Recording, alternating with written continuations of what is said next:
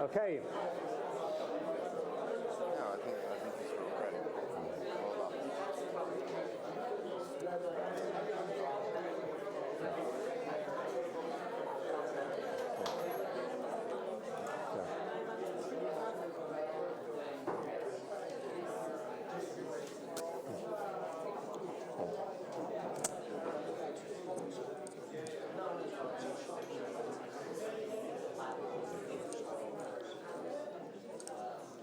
In an effort to demonstrate the global reach of this weekend of mistakes, we have a visitor not just from this island, but from Washington, D.C., Mr. Bayoumi, who is Deputy Director of the International Monetary Fund. Tamin last night, when we were discussing something over a drink, said, well, you see, the trouble is the people running the world, and he was interrupted by Mr. Russell Napier, who said, hold on, I thought you people were running the world. So we may have a few definitional questions to get over first. But it was Walter Wriston who famously said, countries don't go bust, which was sort of interesting coming from the president, the CEO of Citicorp, because he received a rude lesson in the realities of life. But we're going to kick this idea around. Do countries go bust? Remembering that, in theory, government bonds are a risk-free investment. And we're going to start off by using a classical definition of a country going bust. What happens when the IMF is called in? Because that is, when we were discussing this, is about as clear a definition of a country on the ropes as one can have. So Tam is going to say a few words about the processes the IMF follows and the definitions that it follows, and then we'll expand that definition of what going bust might mean. Okay, well, I'm going to start by famously, in The Sun Also Rises, Hemingway has one of his characters being asked, how did you go bankrupt? He said 2 ways, gradually, then quickly. And I think that's a pretty good definition of a bankruptcy process in terms of the fact that you start by having a few financial problems and you start borrowing and, you know, things get worse rather than better, things gradually get worse. And that's the gradually part. And then the suddenly part is people won't lend to you. And then things go south pretty fast. And other people discover that people aren't lending to you, so they don't lend to you, and there you are. So how can a country go bust? As it was noted, they issue their own currency, by and large. So, you know, they can't really go bust to their own people, because their own people hold their currency, and they can always issue the currency. Well, yes, that's true, but a country doesn't issue a foreign currency. And so if you're borrowed from the rest of the world, that's how you can go bust. So it isn't that you go bust to your own people, you may effectively go bust by causing a hyperinflation or something, as happened in Germany in the interwar, or in Zimbabwe more recently. But, you know, the real way that you go bust is you're borrowing from foreigners, and the foreigners eventually decide that you've got so many debts, they don't want to lend to you anymore. So that's the suddenly. So now that's a very, very destructive process for lots of reasons. All bankruptcies are. There are a couple of reasons why international bankruptcies of that type are difficult. The first is you can't wind up a country in the same way that you can wind up a company. So, you know, you can't suddenly say, okay, well, Brazil, I'm afraid you're not there anymore. Nor is there a bankruptcy procedure. So again, if you're an individual in the UK, you go to bankruptcy court, the judge decides who gets what, et cetera, et cetera. Those processes essentially don't exist in the international sphere. There are some protocols that people use, but there's no legal system. So that complicates things. And at the same time, these bankruptcies, as I say, can be very, very costly to individuals in the country, but also to the rest of the world. Because all of a sudden, for example, if you're next door to a country that's gone bust, all of a sudden they're not exporting to you, they're not importing from you, etc. And so it's not only costly for the people, it's also costly for the rest of the world. And another thing which happens is if you have very, very high debts, which don't get sorted out, as they would be by a bankruptcy court, then you get what's called a debt overhang. And that means you've got very few incentives to really grow anymore. And the reason is that if you do something useful and you make more money, the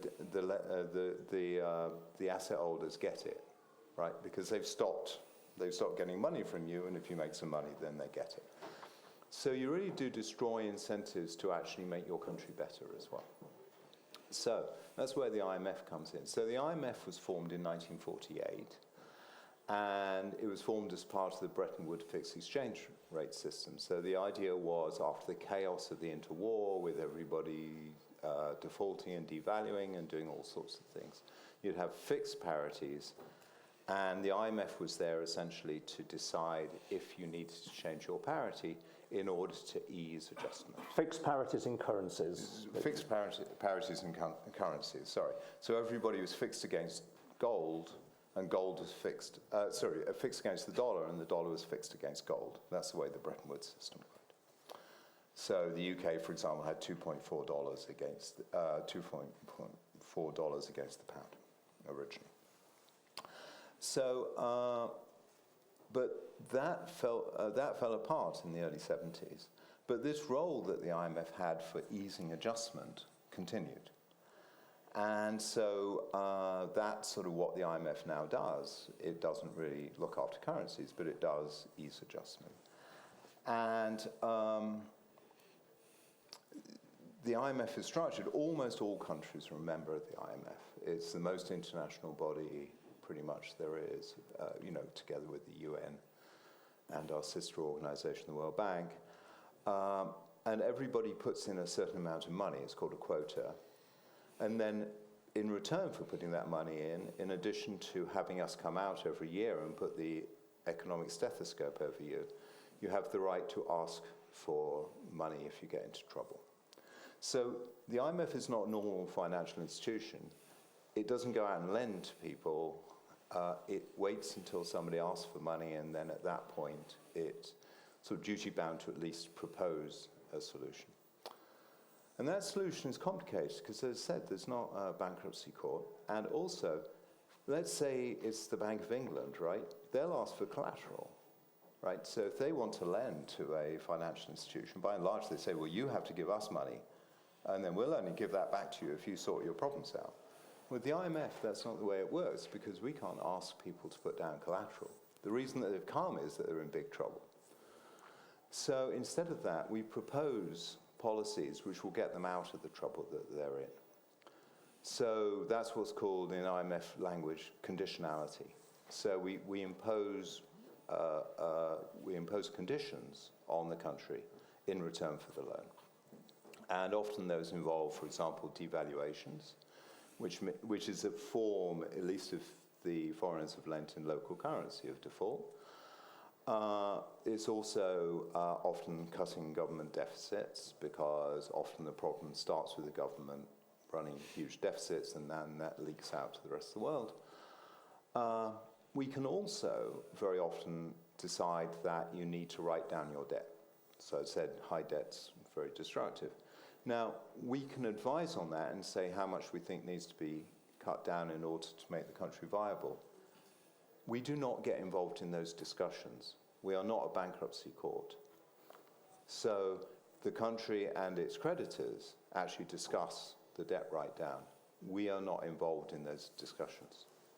Okay, so that's how the IMF works and how we try and help people. And so that's sort of... So that's the classic IMF package. Although this idea of collateral, I mean, Wales is going bust, but we'll put up Newport as collateral is tempting in its way. But yeah, it's not under the rules. That's what the Chinese do. It's not what the IMF does. Okay. Okay. And part of that, by the way, is that we're a preferred creditor. Yeah. So in theory, when they've got any money, they pay us first. Okay. So it seems to me that these currency crises, country crises, it's either a single country, a serial offender, or you get lots of them happening together. I mean, you've been to Argentina recently for the first time, which is a serial offender. Right. I mean, was your success of your career at the IMF a function of avoiding Argentina, in spite of not going to Argentina? Well, yeah, no, Argentina is definitely the elephant's graveyard of IMF people. I started by talking about Hemingway and the suddenly, and gradually and then suddenly. Of course, for lenders, it can go both ways. It can be a gradually then suddenly. That's something like Argentina, where everybody, or Pakistan, everybody knows there's a problem.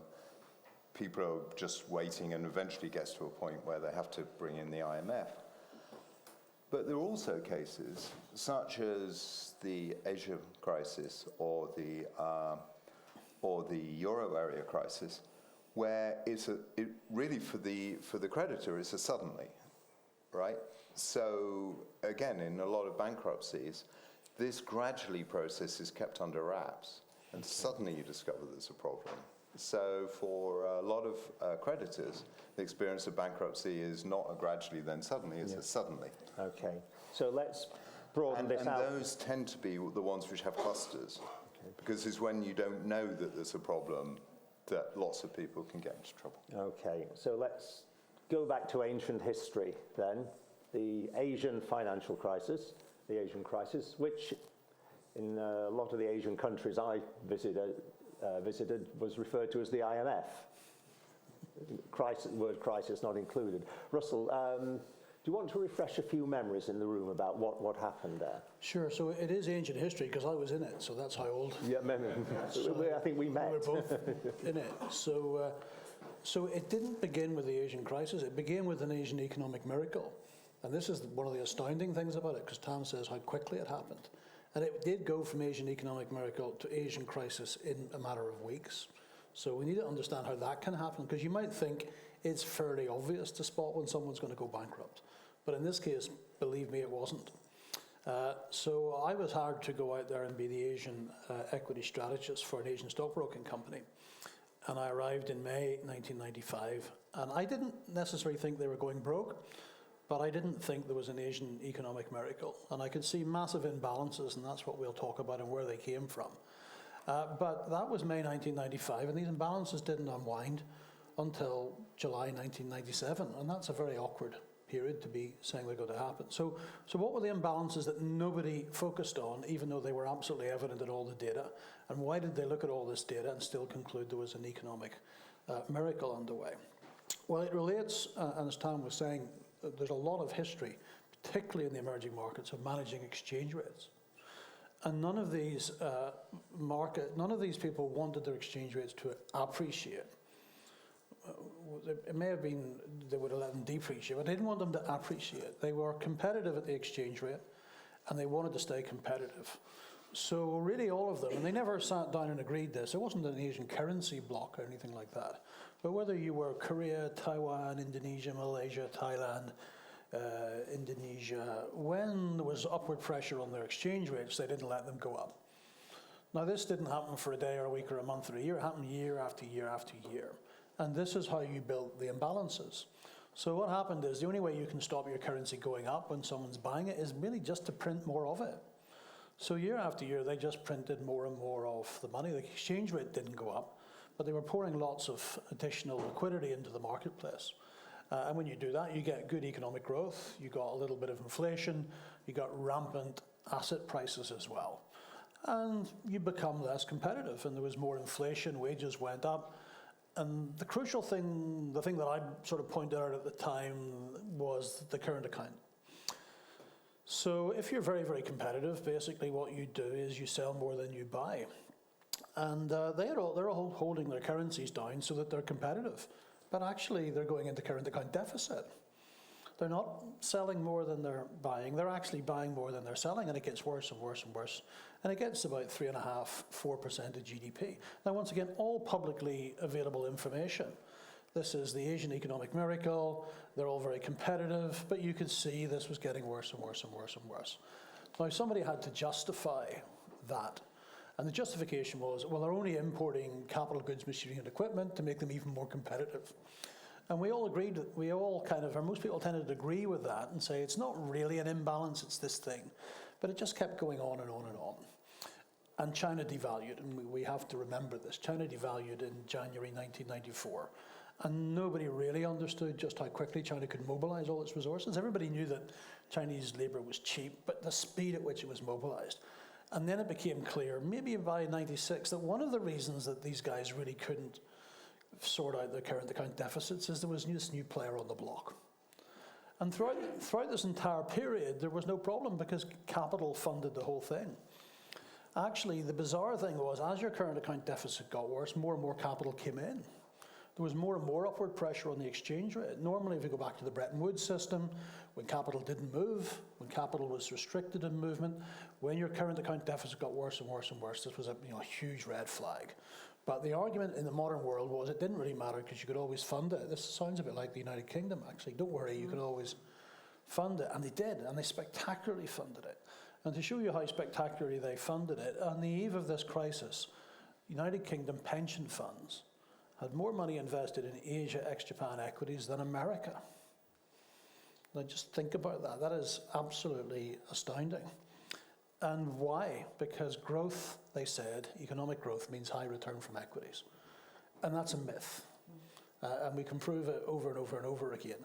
So the reason that happens quickly is it is a little bit like Hans Christian Andersen. I always think Hans Christian Andersen's got a lot to teach us about investment. And we're running these huge deficits year after year, and almost one more, and one of them devalued first. Thailand devalued first. But basically what happened is people began to think, why the hell are we funding this? Why are we putting more capital into this? Because it's not getting any better. And they really all stopped funding it on the same day. And the point about that is, when you run a current account deficit, it's not that it's sort of, you need that money every day. You need to fund every single day. And suddenly the money stopped coming, and everybody stopped almost exactly on the same day. And then suddenly it was Hans Christian Andersen, which was, oh look, Thailand is devalued, and all these guys, they've got similar imbalances, massive growth in credit, rising asset prices, huge current account deficits, and faith and belief in the stability of the exchange rate and the economic miracle disappeared literally in an afternoon. That's very interesting you brought that up, Russell, because at that time, my colleagues and I, we were running a global emerging market fund. We didn't try and match an index, we just tried to allocate assets where we found good, cheap companies, very profitable companies. And for the life of us, we could find almost nothing in Asia because the companies just weren't very profitable. They weren't very good at what they did. And even if they were growing fast, they were taking in even more capital to do it. It was like owning a cow that drinks milk, It's, and we had almost nothing in Asia, and we felt we were so smart. Ho, ho, ho, Thailand's going down round the S-bend, and so is Malaysia. Of course, where we did have our clients' assets were in Brazil and Russia, and that's,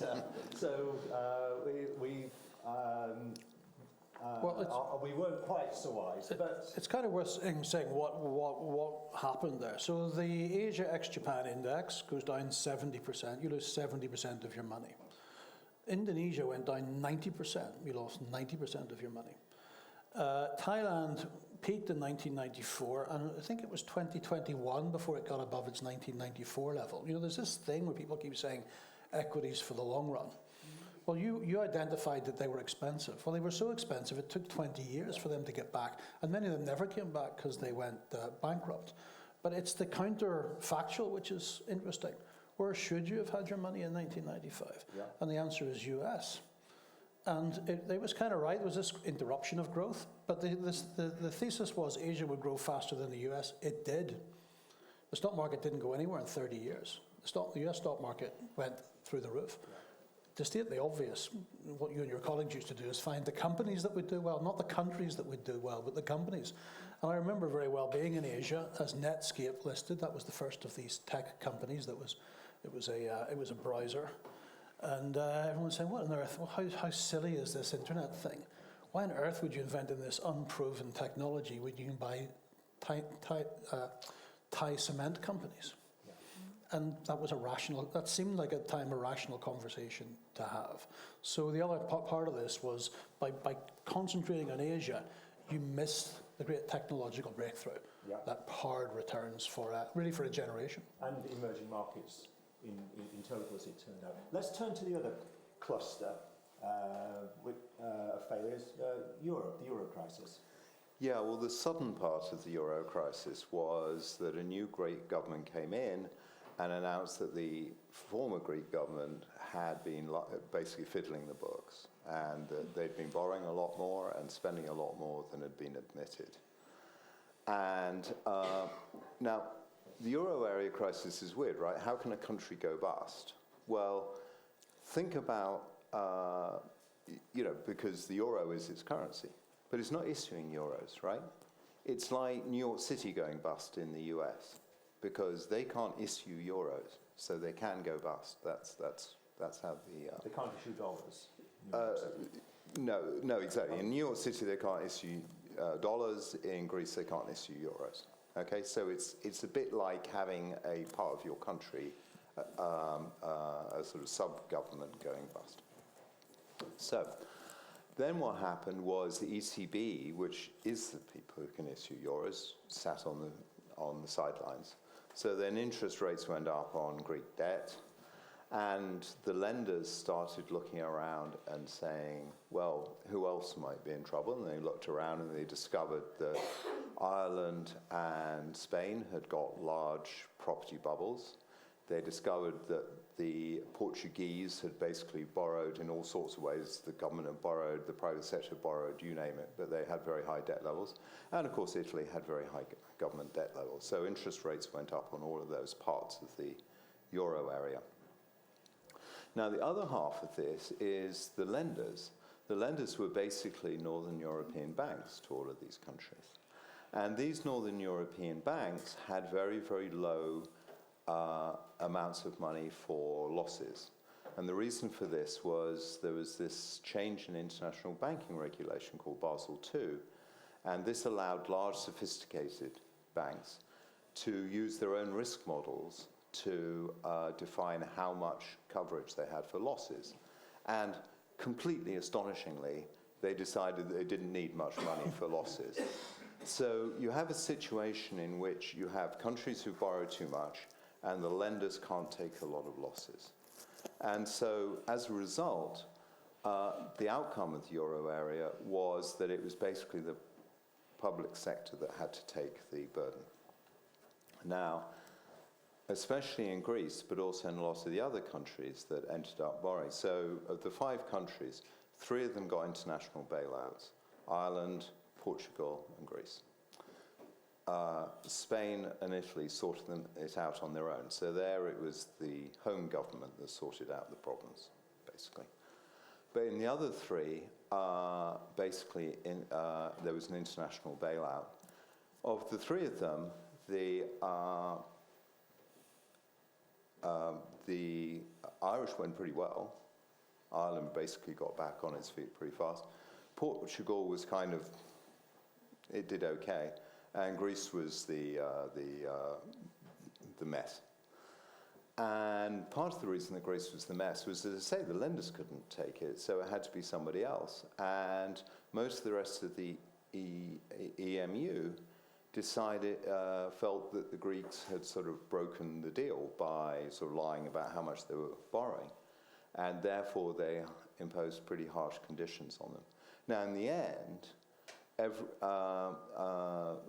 these conditions were so harsh that actually, in the end, it was the foreigners who paid quite a lot. If you look at the Greek books, even though the Greek economy went through terrible shape, effectively, the Greeks defaulted pretty effectively to the rest of the EU. Other countries also spent a lot of money. Ireland, people forget, was forced to completely bail out its banks, including its creditors, not just its depositors, but also its creditors. And so that's sort of a potted history of the euro crisis. I think in the end, what this tells you is what a badly designed currency union it was. Basically what happened was you had a currency union where the banks were the responsibility of the individual countries. And just think, we've talked quite a lot about HBOS and about RBS. Just think if they'd been the responsibility of the Scottish government rather than of the UK. That's what happened in the euro area crisis. And I think it was those defaults were dressed up quite nicely. That the Greek loans, to a lot of cases, were extended. So it wasn't, we're not paying you back. They were extended to 40 years, and the interest rate was renegotiated downwards. And the net effect of that on a present value basis was about a 75% haircut, which isn't bad on a sovereign loan. No, exactly. Yes. But as you say, for the German public, it was dressed up as something other than what it was. Yeah. So that's default, outright default, or avoiding default by getting in the IMF is one way that countries don't pay back what they say they are going to pay back.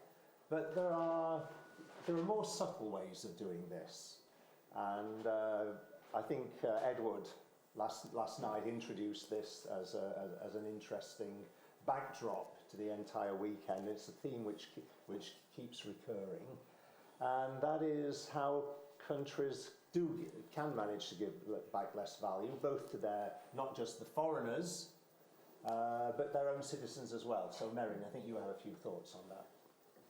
Yeah, and we talked about this in one of the earlier sessions. Who was in the earlier session that Edward and me and Russell were in? So I was. Too much reference. I know you were there. A lot of it comes under that. You know, I used to work for, and still do a little, for a magazine called Money Week. Any Money Week readers? Yeah? Any long-term readers? Anyone around from the very early days? Excellent. Do you remember any of our lurid marketing campaigns? No. Well, you know how bad news sells, and the more hysterical you can make the news, the more subscriptions to magazines you can sell, right? Now, you don't think that's funny. That is quite funny.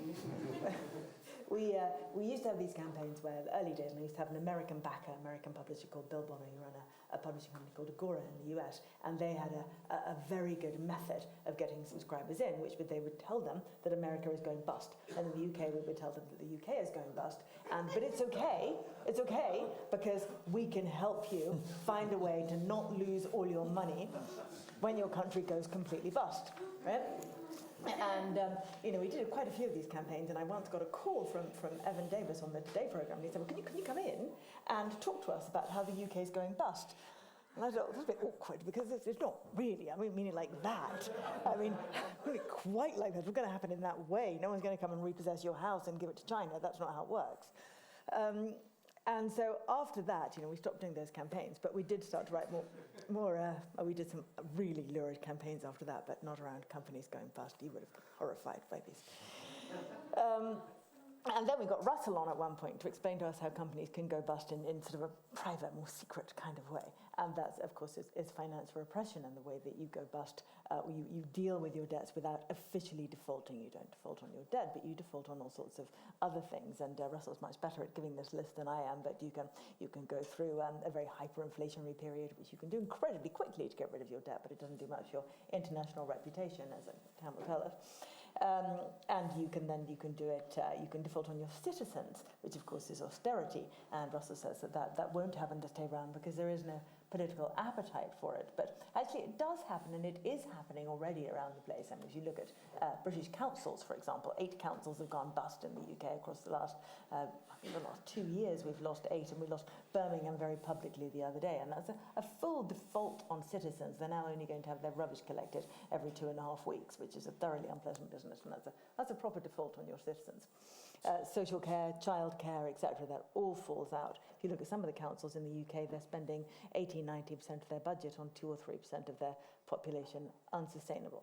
And if you look at the UK as a whole, there was somebody put the other day their tax thing online. Do you all get these where you can see where your tax is spent? And you can see that at the moment 12%, I think you said last night 10%, Edward, but if you get one of your tax statements, you can see that 12% of the tax you pay goes instantly on debt interest, 20% on welfare, 20% on the NHS, and another 10%, and this is interesting in this context, another 10% on state pension alone. So I don't know if anyone in this room is depending on their state pension entirely for their retirement. But if they are, that's very likely to be defaulted on. And that would be a default on citizens in the way that Russell thinks isn't going to happen. You're not depending on your state pension, are you, Russell? I've assumed since I was about 20 that I would never get one. No, I think I'm now nearly 60 and there's a small chance I might. So I'm amazed there's a prospect I'm going to get a state pension. Exactly. So there is the official repression that we talked about earlier today about keeping rates and inflation in such a way that you gradually erode government debt over a very long time. And that depends on the government having the ability to decide where capital goes and where capital does not go. And I would leave Russell to talk about that a bit more in a minute because he is the international expert, apparently, keep being told.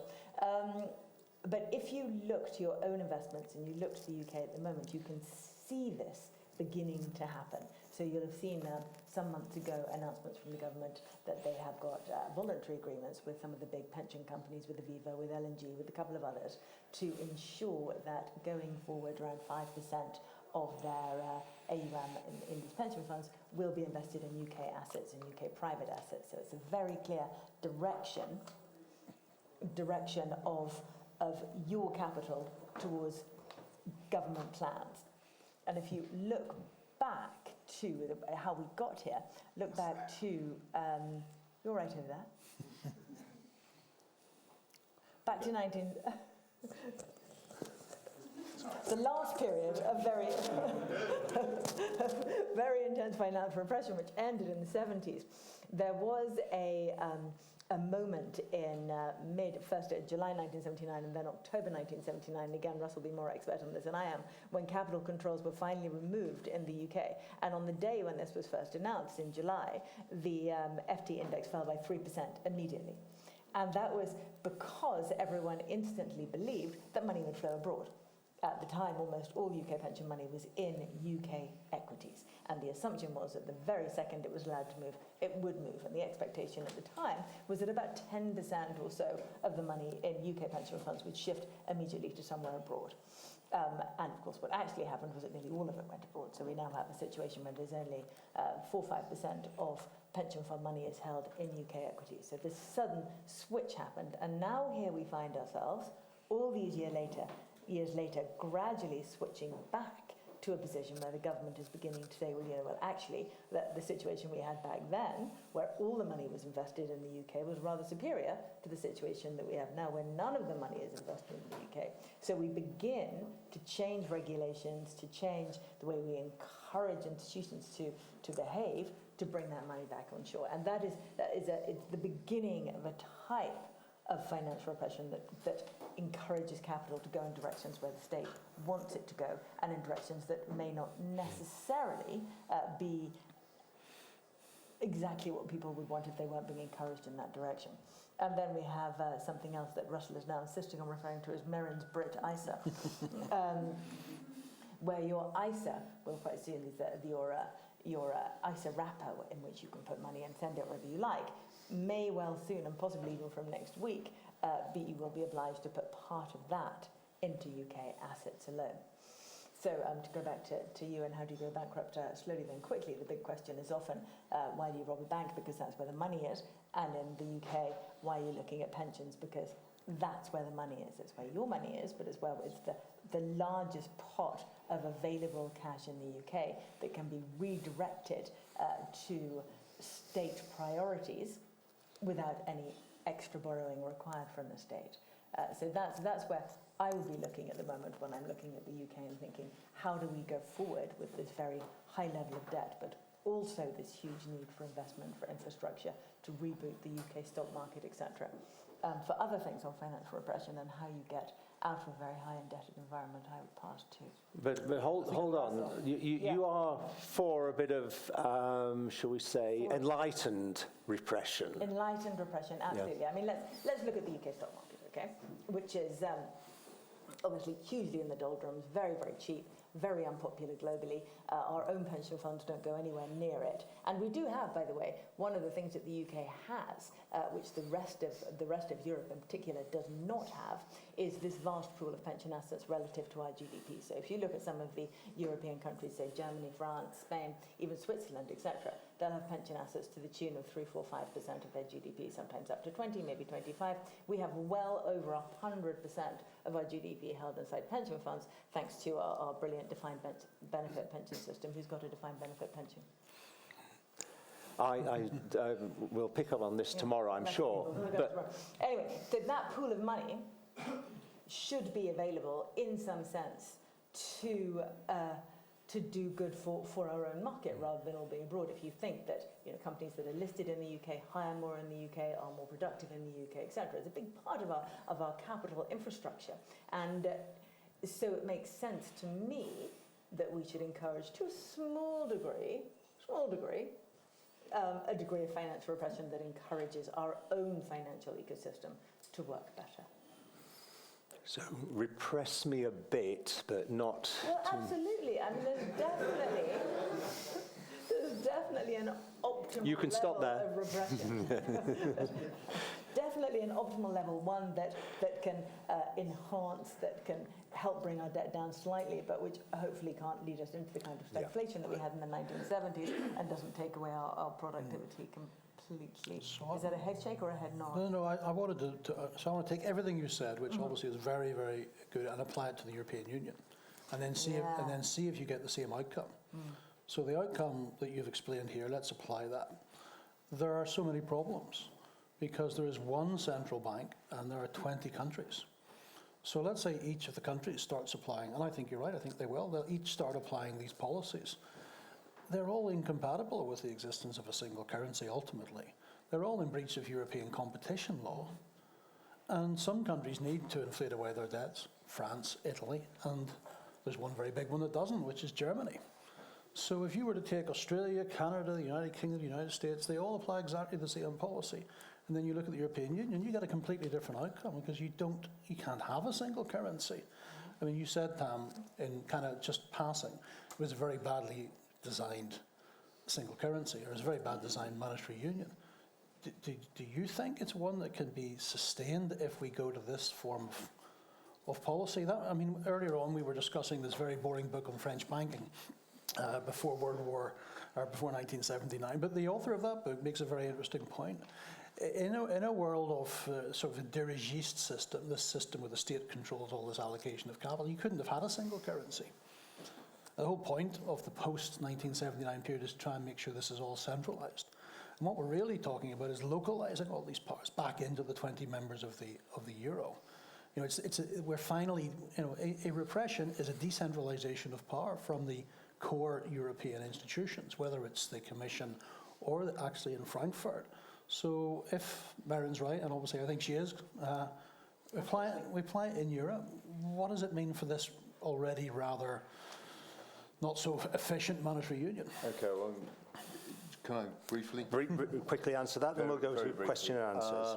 Basically, my view about the European Union was it was designed by a bunch of central bankers. Delors was the head of the committee, but everybody else was the central banker. They designed a really, really safe central bank and a crappy currency union. And I think that for the EMU to really work well, you're right, it needs to centralize financial. And basically the constraint on that is nobody wants to take on potential Italian debts. So fiscal transfer is a no-no. The reason that you're not prepared to have the EMU backing the entire financial system is nobody's prepared to take a chance on. The elephant in the room is Italy. Okay. Right. Let's have a few questions in the room. Sir.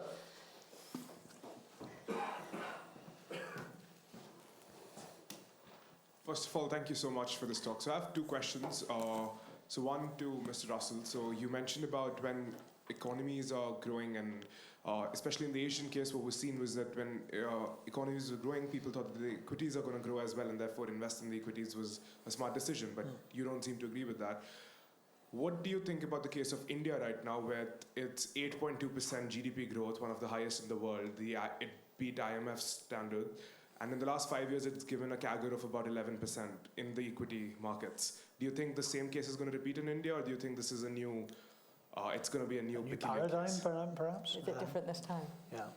So, as usual, Mr. Buffett has lots of smart things to say, but one thing he does say, which is deeply out of fashion, is price is what you pay, value is what you get. And the question is, why does high GDP growth not necessarily lead you to high returns from equities? And the answer is you can grossly overpay for them. It turned out, as Paul pointed out, when he was selecting them, you'd grossly overpaid for your equities in Asia at that time. Now, I find myself in the bizarre position where I've been recommending India as a place to invest for over 20 years. I wrote a piece for clients. It was comparing India and China. It must be nearly 20 years ago. And I hope nobody here from India takes offense at this, but it was called Buy Chaos, Sell Order. And the point was, from what appeared to Westerners to be the chaos of India, I don't think it would look as chaotic if you were Indian, but for a Westerner, this is the opportunity. The opportunity is to go into a seemingly chaotic situation and watch it formulate rules and stuff like that. The last thing you wanted to do was to buy the rigidity of the Chinese Communist Party. But everybody thought that's what you wanted to do. Now, we know now that Indian equities have spectacularly outperformed the China. But it hasn't fractured yet. China hasn't fractured yet. So I'm not going to do the India-China comparison. So I find myself telling all my clients to buy India, and hopefully they did, but personally not actually buying any. Because they always looked expensive. This was back to the Buffett problem. Price is what you pay, value is what you get. And they're even more expensive than they were. So I do have personal investments in India, but they're not in the listed stock market. They're through unlisted investments. And I am concerned about the valuation, but I'm not concerned about the economy. I'm not concerned about the economy. First of all, the Reserve Bank of India is one of the world's greatest reserve banks. And nobody seems to bother about that. But during COVID, they ran a fantastic monetary policy. A little blip in inflation settles down, didn't allow money supply to get out of control. All these central bankers like the Bank of England and the Fed saying, oh, it wasn't us, we couldn't possibly have worked this out. Go and speak to the Indians, because they worked it out and they ran a monetary policy that was fit for purpose. At some stage, international investors realised that you've got a good central bank and they begin to reward you for it, and that has been happening in India. And second, the most spectacular thing about India, given its very high growth rate for a long period of time, is its debt to GDP ratio is really quite low. Compare and contrast with China, where the growth of the last, let's take 15 years, the growth of China's economy has been fueled by debt growing like this until it's reached 300% of GDP. Now, I'm doing it from memory, but I think India is still below 200% of GDP, despite having this high growth rate and despite having high rates of investment. So I still find myself in a bizarre situation of saying there's nothing wrong with this economy. This is the economy that's, I was going to say, is going to emerge. It's already emerged. There are lots of geopolitical reasons as well going to its benefit. But finding it difficult to go there and find a share that I want to buy based on the valuations. So at a certain valuation, there'll be the time for Indian equities. But the Indian economy is, I think, in my opinion, will continue to do well. Will continue to attract now a lot of capital. And it's getting deglobalization, friendshoring. It's going to continue to benefit from that. So, so getting all the investment, the international investors who don't want to invest in China anymore, shuttling all the flows going into India. Yeah, and it's good capital. We discussed earlier on this kind of flighty capital. It's in one day and out the next. This is foreign direct investment. It's good capital. It comes in, it sticks, and the ball is India's to drop. It's dropped it in the past, as you will be aware. But for 20 odd years now, it hasn't really dropped the ball, and I think its policymakers have shown great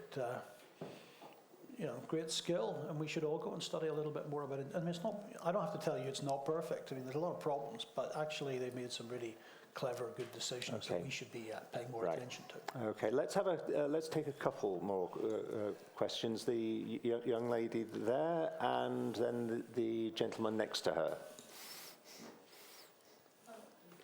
Yes. On the topic of China, I think China's competing against the IMF in lending. I think since 2009 it's lent about like 170 billion, which is about like 20% of like the IMF liquidity. So what impact do you think this has been having, and especially like has it had in terms of like on the countries or with the IMF? How has it influenced the IMF at all? That's an interesting question. And while the mic's there, Thank you. You have Joseph Stiglitz and Varoufakis quite publicly being quite scared. Well, I can see why they were scathing of the IMF in their responses in their books, but to Troika, how do you feel in hindsight that Troika has either worsened that euro crisis, and what the reaction to it after the fact actually is, and Okay. what that position is? Tam, I think that was probably both mainly aimed at you, so why don't you Sorry about take that. them both? No, that's fine. On China, the Belt and Road. So China made a decision to go out and lend quite a lot of money, and has done so. It's sort of stopped recently, and I'll go into that in a second. Its impact on the IMF was, there was, in IMF talk, there were new lenders. There was China, but there was also, to some extent, the private sector lending.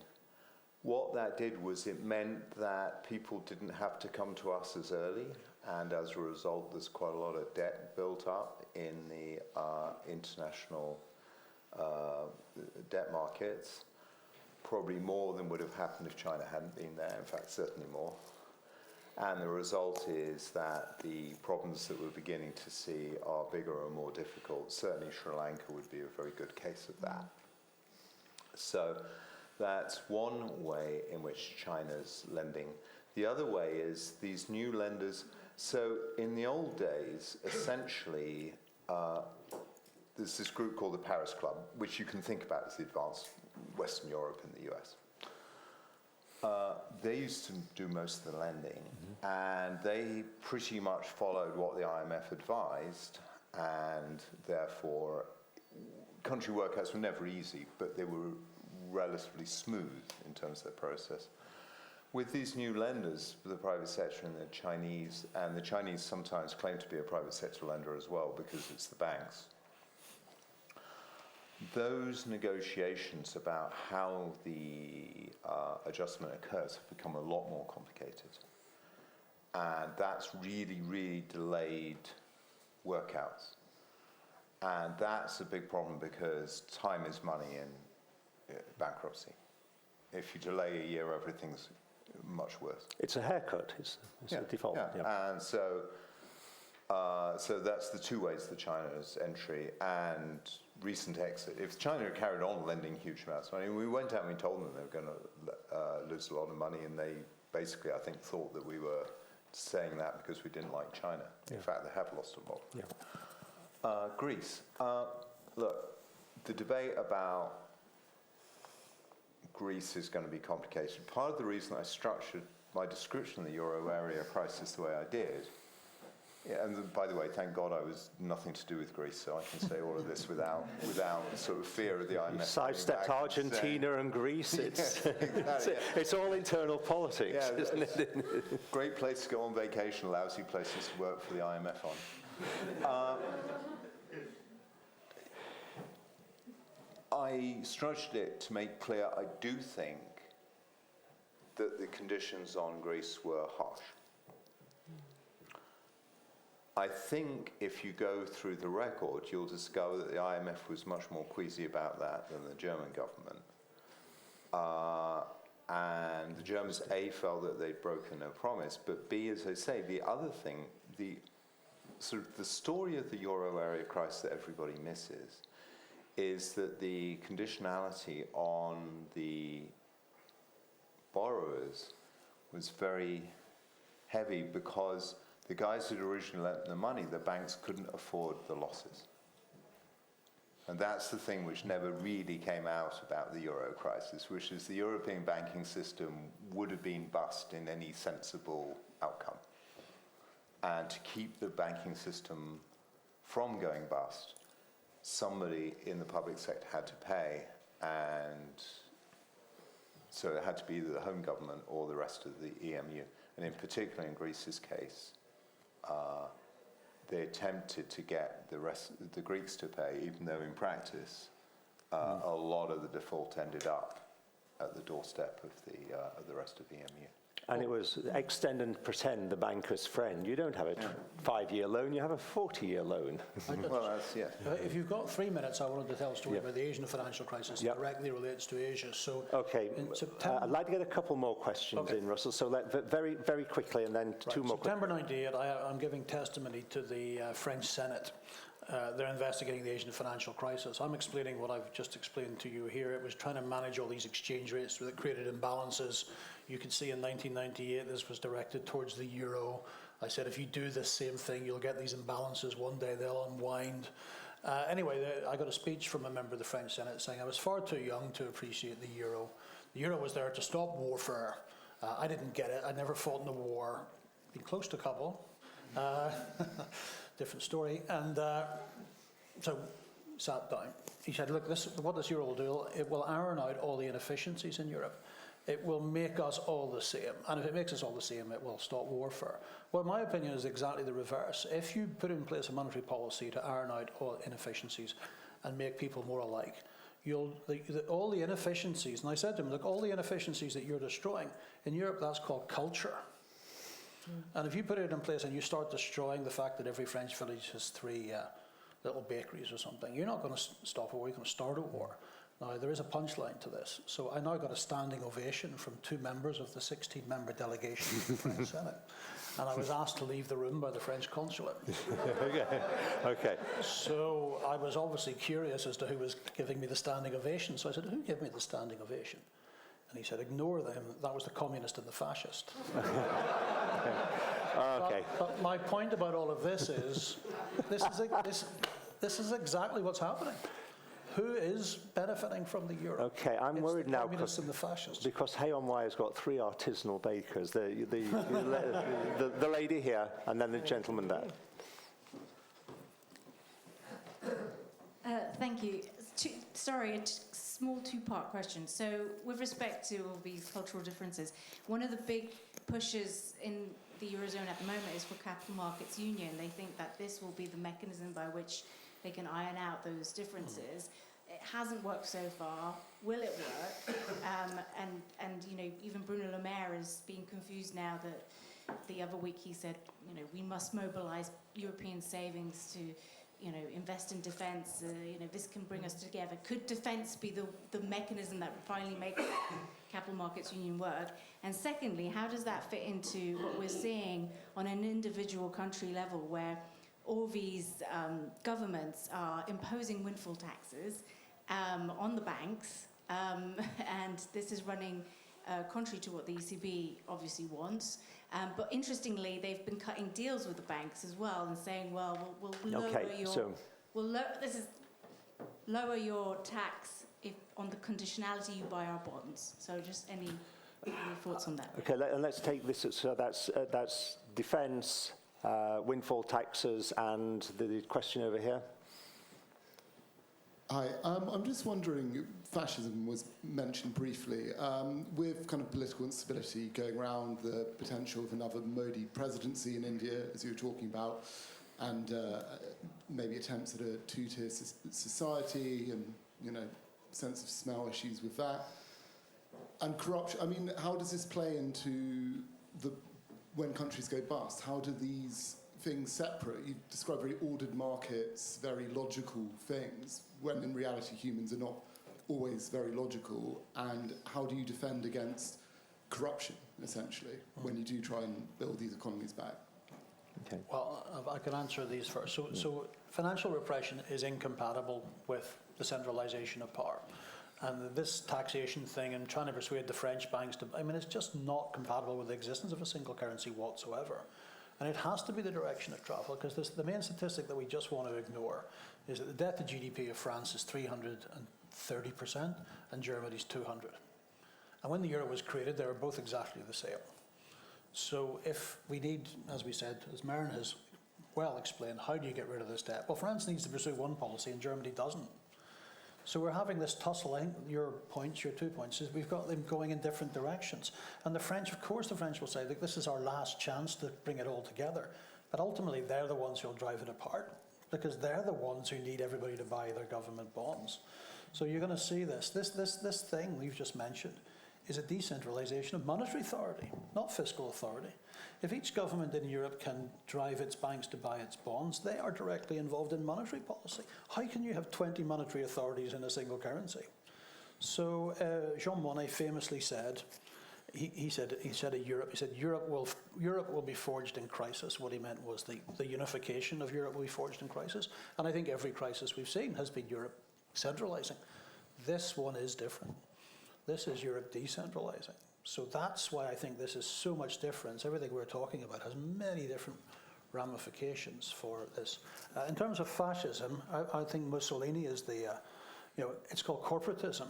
The state gets involved with the corporates. It's corporatism. Now, I hope it doesn't come with some of the other things that came with Mussolini, but there is a risk of some form of corporatism developing. Financial repression would tend to lead itself to a form of corruption. And of course it leads itself to corruption. That goes without saying. The more individuals allocate resources as opposed to prices, then it's just inevitable there'll be more corruption. Yeah, and I think tomorrow, Merryn, on your breakfast panel, you have someone from Hungary who's going to be talking and could pretty much write the handbook on that process. That's going to be a good session. Yeah, yeah. I think this will be the last question. Okay, the last question, and your hand shot up, sir.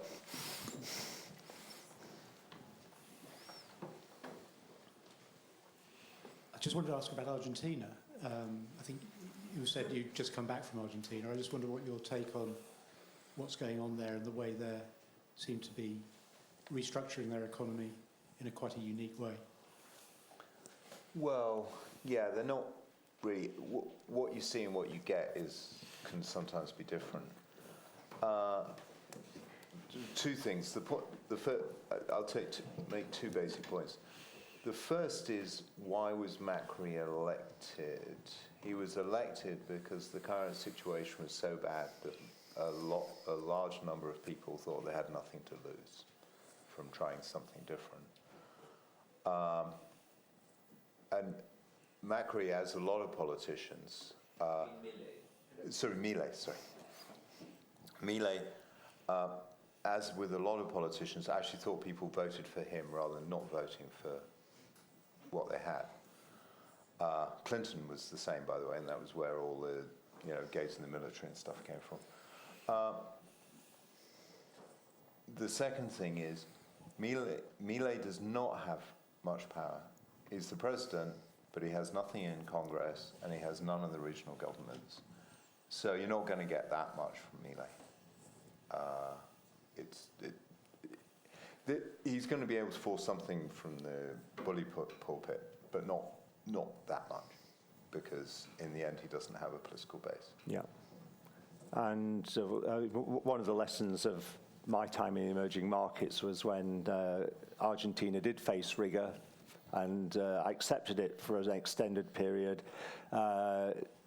It fell apart. The provinces started issuing IOUs to each other. They had their own monetary policy, like New York City would, or the Birmingham Council could start issuing its own money. So it all comes back to political will. And on that, can I just say, also, I think they do have a debt overhang problem. I think their incentives to actually sort themselves out is pretty low because of all the debt. People think it's because, they're wastrels away. I don't think it's that. I think it's that they realise rationally that the people they owe money to will take most of the money that they make. Yeah. Merryn tomorrow will talk a bit about Scottish councils issuing their own currencies on that basis. No, well, no, but so sorry. I think it will be your worst nightmare. Let's draw that to a conclusion now. We would love to see you this evening in the Old Electric Shop for that's our evening designated meetup point. If anyone is free round about dinner time or after the final sessions here, but otherwise, please give a big hand to these. Well done.